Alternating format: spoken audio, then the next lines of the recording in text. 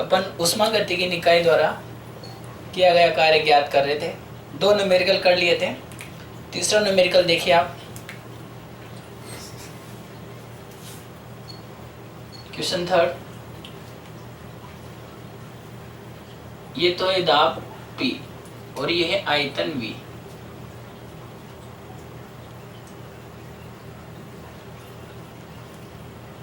चार 8 12 किसमें? ये मीटर क्यूब में।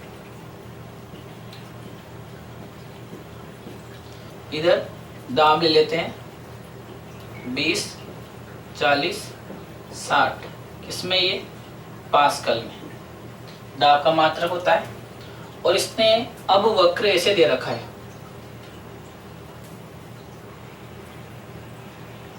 इस प्रकार ये वक्र दे रखा है और बोल रहा है कि ऊष्मागतिकी निकाय में किया गया कार्य या ऊष्मागतिकी निकाय द्वारा किया गया कार्य ज्ञात कीजिए। सॉल्यूशन लिखते हैं इसका।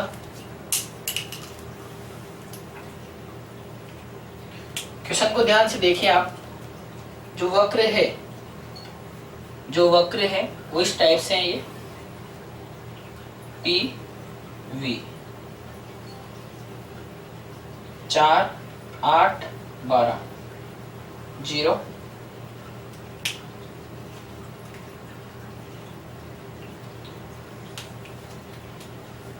इधर 20 40 और ये 60 और ये तीर जा रहा है ऊपर। इसका मतलब ये है दोस्तों, यदि ये वक्र इस साइड जाता, इस दिशा में जाता तो आयतन में वृद्धि होती, इस दिशा में आता तो आयतन में वृद्धि कमी होती। लेकिन वक्र कहाँ जा रहा है? ऊपर। तो यहाँ पर V मतलब आयतन, वो तो क्या है? नियत। और आयतन में परिवर्तन को मैं dV बोलूं, इसमें परिवर्तन करो तो कितना हो जाएगा? 0। या डेल्टा V बोलूं तो वो क्या हो जाएगा? 0। तो एक बात बताइए, जब आयतन नियत है तो कौन सा प्रक्रम हुआ है? सम आयतनीय प्रक्रम। और मैंने आपको इससे पहले वाले क्लास में केस 3 में बताया था कि यदि सम आयतनीय प्रक्रम हो तो उसमें ऊष्मागतिकी निकाय द्वारा किया गया कार्य क्या होता है? 0। तो इसके आंसर में लिखेंगे चूंकि आयतन नियत है अतः निकाय द्वारा किया गया कार्य कितना होगा? 0 होगा।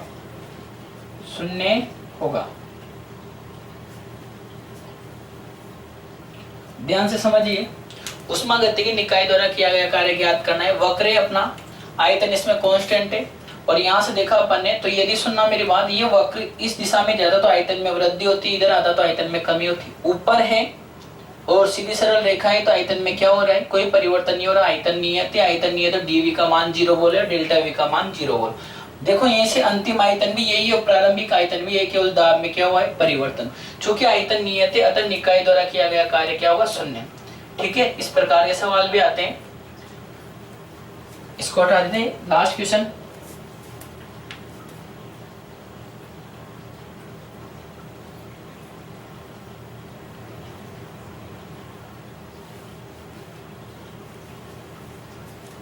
अगले क्वेश्चन की बात करते हैं। इस प्रकार से मैं एक क्वेश्चन ले लेता हूं लास्ट, उसके बाद आगे बढ़ेंगे अपन।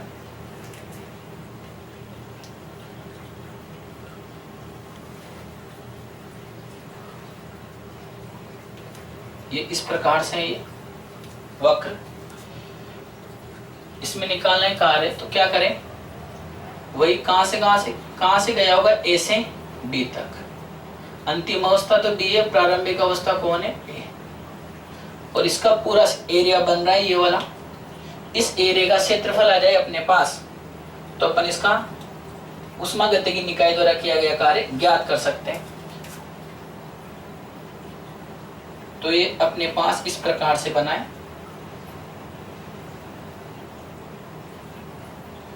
ये तो है A और ये है B, और इसको मैं इससे मिला दूं तो ये हो गया C और इसी को नाम देते हैं D और ये हो गया E। अब इस पूरी आकृति का क्षेत्रफल आ जाए, पूरी आकृति का क्या जाए क्षेत्रफल, तो वो क्या होगा किए गए कार्य के बराबर। तो मैं यहाँ लिखूं W बराबर आकृति, दो है आकृति, एक तो इसको तो फर्स्ट दे दो और ये सेकंड, आकृति ABC का क्षेत्रफल प्लस आकृति,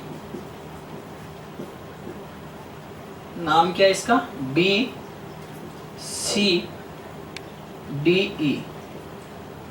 का क्षेत्रफल। तो W बराबर इसका तो क्या बनेगा 1/2 आधार इंटू ऊंचाई प्लस लंबाई इंटू चौड़ाई। W बराबर 1/2। त्रिभुज का आधार तो कितना है 12 - 4 तो कितना मिला 8।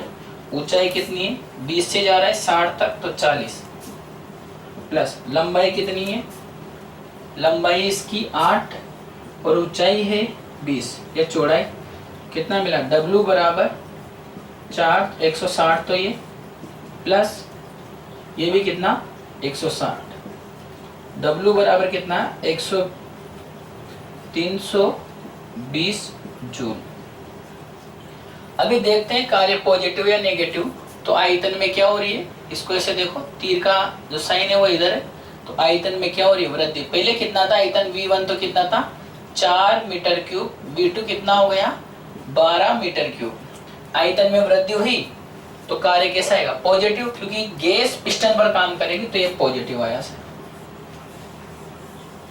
ठीक है, ये वक्र से संबंधित मैंने आपको न्यूमेरिकल बता दिए पीवी वक्र से। अभी जो मैंने जितने भी वक्र बनाए वो केवल स्ट्रेट लाइन के रूप में है।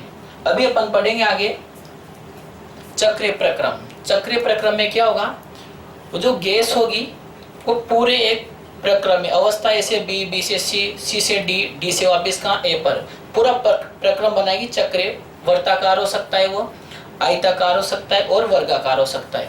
तो उससे संबंधित अपन को न्यूमेरिकल करने और उसका अनुरेखन किस प्रकार से, उसके आधार पर अपन कार्य को अलग अलग ऋणात्मक और धनात्मक बोलेंगे। वामाव्रत होगा एंटी क्लॉकवाइज होगा तो बोलेंगे कि वो नेगेटिव है, दक्षिणाव्रत है क्लॉकवाइज है तो बोलेंगे कि वह धनात्मक है। अब क्यों बोल रहे हैं ऐसा, क्योंकि वो निकालेंगे अपन डेरिवेशन से, डेरिवेशन से निकालेंगे, वहां से स्पष्ट हो जाएगा कि कब कार्य पॉजिटिव होगा और कब कार्य नेगेटिव होगा। इसके बाद अपन टॉपिक करते हैं कि जो कार्य होता है ना, कार्य मैकेनिक्स में जो कार्य होता है वो पद पर निर्भर नहीं करता है। अपन जैसे बहुत अधिक यूँ मानो कि किसी पिंड को एक स्थान से दूसरे स्थान पर लेके जा रहे हैं तो उसके पथ पर निर्भर नहीं करेगा कार्य, केवल उसकी प्रारंभिक और अंतिम स्थिति पर निर्भर करेगा गुरुत्वाकर्षण में। तो विद्युत क्षेत्र में भी निकालते हैं तो आवेश को जब एक स्थान से दूसरे स्थान पर लेके जाते हैं तो वहां पर भी आवेश को एक स्थान से दूसरे स्थान पर लेकर जाएंगे तो किया गया कार्य पथ पर निर्भर नहीं करेगा। अब ये देखना है अपन को कि ऊष्मा गति की निकाय में जो किया गया कार्य है वो पथ पर निर्भर करता है या नहीं करता। तो यहाँ अगला टॉपिक होगा अपना ऊष्मा गति की निकाय द्वारा किए गए कार्य की पथ पर निर्भरता। ऊष्मा गति की निकाय द्वारा किए गए कार्य की पथ पर निर्भरता। 4 न्यूमेरिकल कर लिए, फिर निर्भरता वाला डेरिवेशन करना है, समझना है, डेरिवेशन तो नहीं है, समझना है केवल। उसके बाद चक्रीय प्रक्रम में किया गया कार्य ज्ञात करेंगे और ये देखेंगे कि कब वो पॉजिटिव आता है कब नेगेटिव आता है। यानी कि दक्षिणाव्रत चक्रण हो, उसका दक्षिणाव्रत हो तब तो पॉजिटिव आएगा और वामाव्रत हो तब वो नेगेटिव आएगा। ये सिद्ध करना है अपन को। तो अगले टॉपिक पे चलते हैं अपन।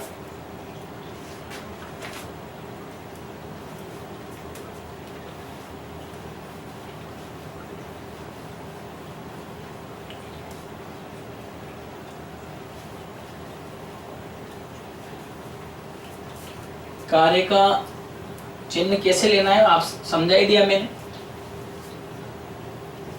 आयतन बढ़ रहा हो तो आप धनात्मक लीजिए कार्य को और घट रहा हो तो ऋणात्मक लीजिए। ठीक है, अगला टॉपिक आता है ऊष्मा गति की निकाय द्वारा किए गए कार्य की पथ पर निर्भरता। टॉपिक है अगला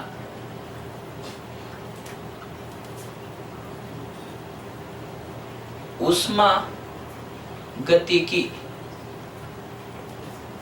निकाय द्वारा किए गए कार्य की पथ पर निर्भरता, कि वो पथ पर निर्भर करता है या नहीं करता है, ये ज्ञात करना है अपन को। अच्छा सा डेरिवेशन है। देखो मैंने आपको दो चीजें समझाई अभी।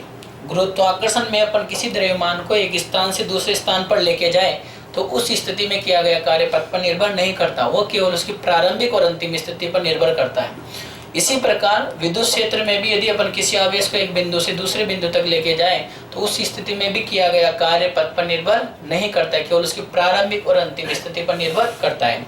लेकिन अपन पढ़ रहे हैं ऊष्मागतिकी निकाय द्वारा किया गया कार्य, तो यहाँ चेक करेंगे कि किया गया कार्य पथ पर निर्भर करता है या नहीं करता है। तो देखिए आप आगे,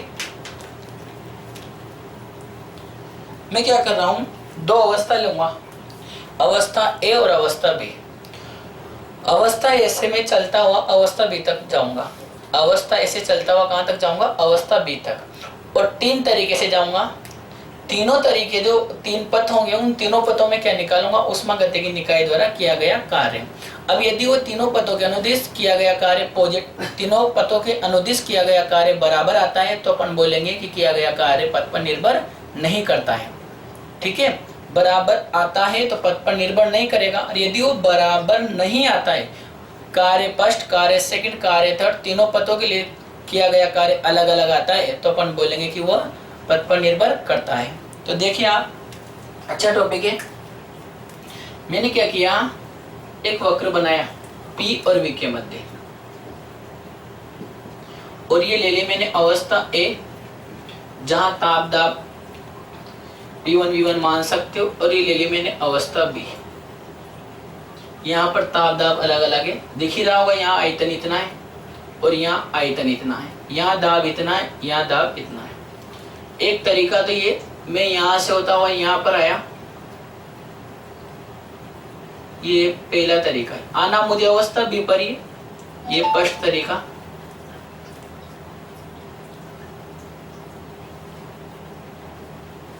ये सेकंड और ये थर्ड।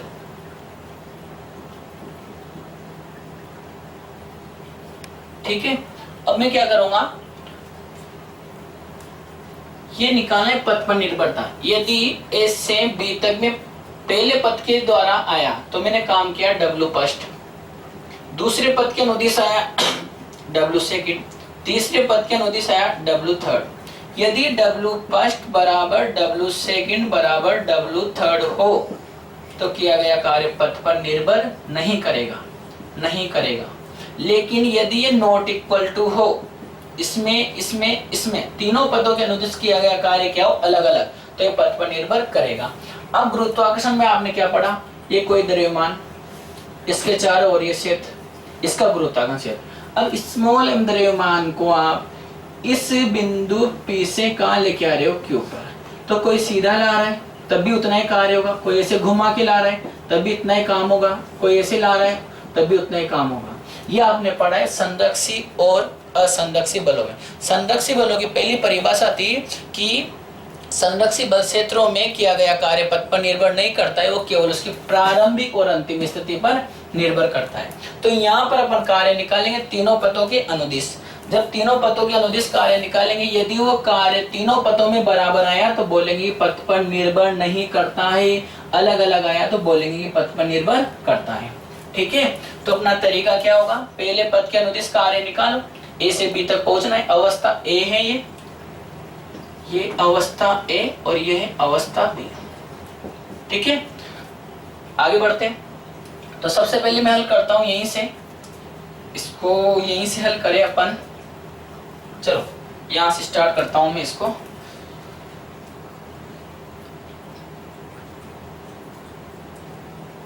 अवस्था ए से अवस्था बी तक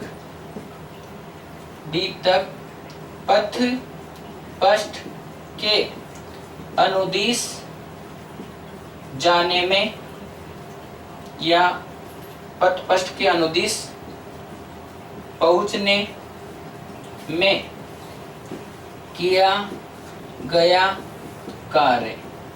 तो कितना कार्य आएगा वो ध्यान से सुनिए आप। ये तो है P और ये है V। ये इस प्रकार से आएगा दोस्तों, ये V यहां से ये बढ़ा। तो एक बात बताओ, ये तो हुआ A, ये हुआ C नाम दे दिया और ये हो गया B। एक बात बताओ, अपन कोई वक्र दे दे अपन को, तो उस वक्र से कैसे निकालते थे किया गया कार्य? कुछ भी नहीं करते थे सर। इस वाली चीज को तो आयतन से मिला देते थे और इसको भी से आयतन अक्ष से मिला देते। तो यहाँ एरिया यही तो आया।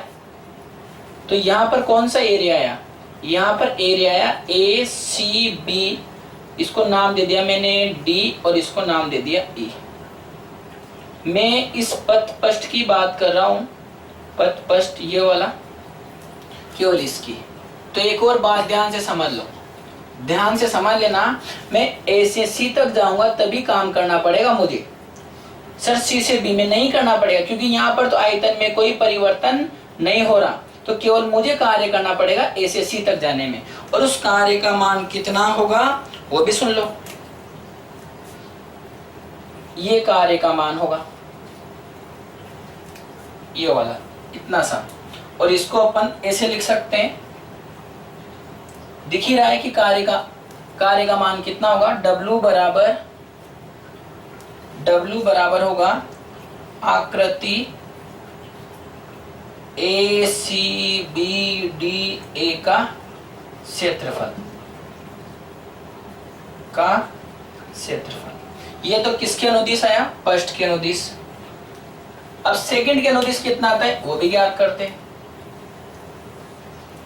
सेकंड पे चलते हैं और लिखता हूं मैं अवस्था A से अवस्था B तक, या फिर मैं यहीं से स्टार्ट करता हूं, इसको तुलना भी हो जाएगी।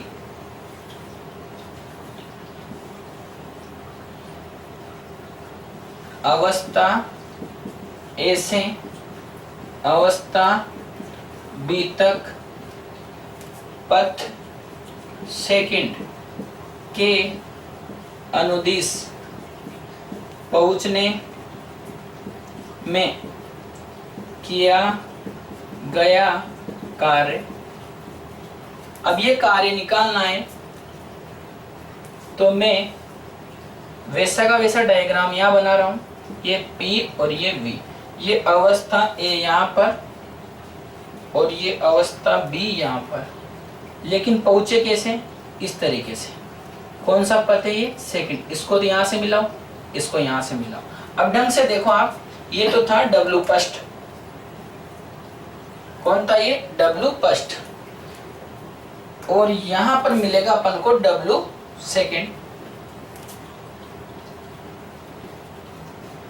ये मिल रहा है W सेकंड। अब W सेकंड के लिए अपन AB, इसको नाम दे देता हूं मैं D और इसको नाम दे रखा है मैंने E। ठीक है, तो यहाँ क्या होगा? W सेकंड बराबर आएगा आकृति, कौन सी? आकृति ABDE का क्षेत्रफल। अब तुम इनको देखोगे तो पता चल रहा है कि इसका क्षेत्रफल तो ये पूरा आ रहा है, जबकि इसके क्षेत्रफल में ये वाला भाग गायब है। तो इसमें तो ज्यादा और इसकी तुलना में इसमें कम। और कितना कम? ये वाला कम, यहां से यहाँ वाला कम। तो इस पथ के अनुदिश किया गया कार्य ज्यादा है और इस पथ के अनुदिश किया गया कार्य कम है। तो अभी तो पता चल रहा है कि W पृष्ठ not equal to W second, यानी कि W पृष्ठ और W सेकंड बराबर नहीं है। आगे फिर बढ़ते हैं, इसी में आगे बढ़े तो वही अवस्था A से अवस्था B तक पथ थर्ड के अनुदिश पहुंचने में किया गया कार्य कितना आएगा वो बनाते हैं इसी में। ये तो P इसको थोड़ा नीचे ले लेते हैं, इसी से कंपेयर कर लेना बाकी दो डायग्राम से। और ये V, अब इसको कैसे लाए, ए तो यहां है थोड़ा नीचे और B यहां है, ये तो A और ये B, लेकिन लाए कैसे, यहां से ऐसे और फिर ऐसे। अब मेरी बात सुनना तुम, यहां से यहां तक लेके आओगे तो मैंने नाम दे दिया इसको F, A से F तक लेके जाओगे आप तो आयतन में तो कोई परिवर्तन ही नहीं हो रहा। जब आयतन में परिवर्तन नहीं हो रहा भैया हो तो किया गया कार्य कितना होगा, 0। अरे किया गया कार्य कितना होगा, 0। तो कार्य तो यहां से यहां तक लाने में करना पड़ेगा। तो ये तो कौन है, D और ये कौन है, F सॉरी E। आ गया, अरे बोलो तो W3 का मान कितना आएगा, W3 वो आएगा आकृति B या FB, पूरा नीचे लिख देता हूं, FBDE का क्षेत्रफल। अब सुनना, इसका क्षेत्रफल तो इतना,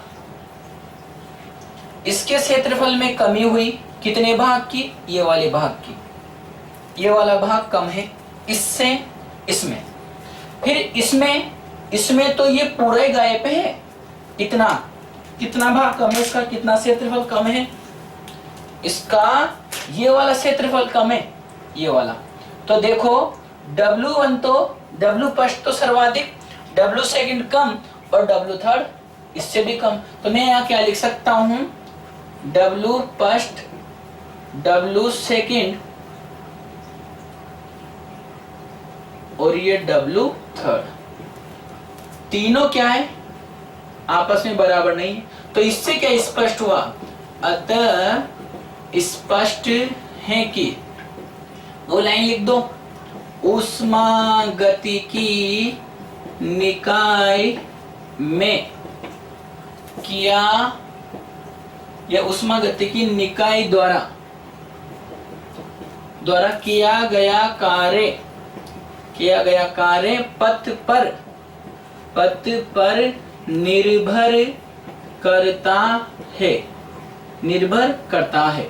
अब सुनो, अपन आए तो अवस्था ए से कहां पर है, अवस्था बी पर, अवस्था ए से कहां है, अवस्था बी पर, लेकिन पथ कितने हैं, 3, फर्स्ट सेकंड और थर्ड। इसमें तो इस फर्स्ट वाले पथ में तो इतना काम होगा भैया, पूरा का पूरा ये इतना काम, पूरा इतना काम होगा। अब काटा कुटा करूंगा मैं ये, और सेकंड में इतना सा काम होगा, थोड़ा कम होगा उससे, और थर्ड में यही काम होगा थर्ड में। तो तीनों पदों के अनुदिश किया गया कार्य क्या है, अलग अलग। इस कारण अपन बोलेंगे कि ऊष्मागतिकी निकाय में किया गया कार्य पथ पर निर्भर करता है। अब एक बात आपसे पूछ लीजिए कि संदक्षी बल या संदक्षी बल क्षेत्र या असंदक्षी, तो एक परिभाषा आती है कि यदि किसी क्षेत्र में या किसी बल के अनुदिश किया गया कार्य पथ पर निर्भर करता है तो वो तो संदक्षी में आ जाता है, और जिसमें नहीं करता है वो किस में आता है, असंदक्षी में। तो यहाँ तो किया गया कार्य पथ पर निर्भर करेगा। अवस्था ए से अवस्था बी पर अलग अलग पथ के अनुदिश आए तो किया गया कार्य पथ पर निर्भर करता है। अपन ने बताया कि इस ए सी बी पथ फर्स्ट के अनुदिश क्षेत्रफल ज्यादा है, सेकंड के अनुदिश उससे कम है, थर्ड के अनुदिश उससे कम है। ठीक है, आ गया होगा आपको समझ में। तो अपना ये टॉपिक कंप्लीट हो चुका है, ऊष्मागतिकी निकाय द्वारा किया गया कार्य पथ पर निर्भर करता है। ठीक है, अब अगला आएगा अपना चक्रीय प्रक्रम। कौन सा प्रक्रम, चक्रीय प्रक्रम। तो उसमें पढ़ेंगे अपन चक्रीय प्रक्रम में किया गया कार्य कितना होता है। अब चक्रीय प्रक्रम में किया गया कार्य दो प्रकार से निकालेंगे, एक तो वामावर्त अनुरेखण के लिए, यदि उसका जो चक्रीय प्रक्रम का तीर है वो उसका मतलब अनुरेखण है, वो वामावर्त हो तो किया गया कार्य नेगेटिव, और दक्षिणावर्त हो तो वो पॉजिटिव। ये सिद्ध करेंगे। उसके बाद फिर वापिस ऊष्मागतिकी निकाय द्वारा किया गया कार्य ज्ञात करेंगे, और ऐसे वक्रों के लिए ज्ञात करेंगे जिनका प्रक्रम कैसा हो, चक्रीय, यानी कि या तो वर्गाकार होगा या वृत्ताकार होगा या आयताकार होगा। ठीक है, वो करेंगे अपन नेक्स्ट क्लास में।